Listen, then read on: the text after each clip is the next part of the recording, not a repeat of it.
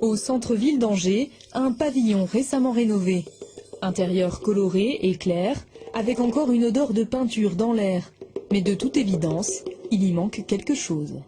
Les petits cyclamens font partie des plantes dépolluantes et sur le rebord de la fenêtre, ce n'était pas prévu, mais on va les prendre. Des plantes dépolluantes, un concept tout droit venu des États-Unis et une nouvelle manne pour les coachs en tout genre. Convaincue, Geneviève Chaudet compte bien donner un petit air de jungle au pavillon pour une atmosphère plus respirable. On va mettre des plantes et optimiser au mieux l'air de la maison avec un choix varié de plantes. C'est un petit peu comme les fruits et légumes. Quand on dit qu'il faut manger 5 à 10 fruits et légumes pour être en bonne santé, si on veut optimiser l'air qu'on respire dans une maison, eh bien, il faut avoir un certain nombre de plantes qui ont des capacités différentes d'absorption.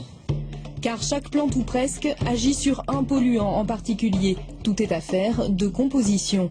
Pas de science exacte, mais le coach parle tout de même d'autodiagnostic ou comment répertorier toutes les sources de pollution dans la maison pour un effet détox optimal.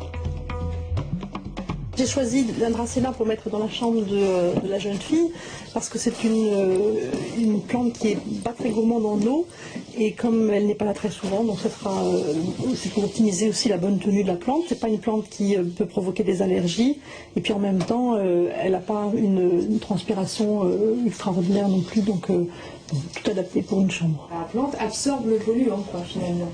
Oui, la plante absorbe les polluants de l'air à la fois par les feuilles, mais également, ça c'est le fruit des recherches en France aussi qui nous ont permis de comprendre un petit peu plus que les polluants étaient aussi contenus au niveau des racines et la plante dans son ensemble, plante et racines, avec les micro-organismes du sol, participe à cette transformation du polluant.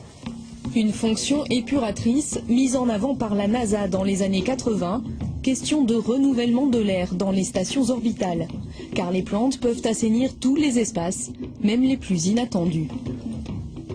Dans une salle de bain, on va trouver certains types de polluants comme l'ammoniac qui est dégagé par les produits d'entretien qu'on utilise, mais également le mobilier en lamellé collé ou le mobilier en bois qui dégage aussi du formaldéhyde, les vernis à ongles, des choses comme ça avec des solvants qu'on peut utiliser. J'ai mis 4 plantes, un Dracena marginata, un spathiphyllum, chlorophytum et un petit ficus.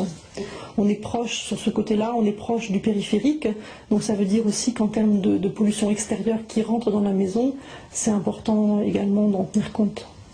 Mais les plantes ne doivent pas masquer d'autres gestes essentiels pour mieux respirer, aérer au moins 10 minutes par jour, éviter l'humidité et passer l'aspirateur le plus souvent possible. En attendant, cette bouffée de chlorophylle aura tout de même coûté plus de 300 € pour cette maison, un capital filtrant qu'il s'agira ensuite de préserver. Car les plantes demandent de l'entretien et n'en déplaisent aux plus réfractaires, elles deviennent de plus en plus efficaces avec le temps.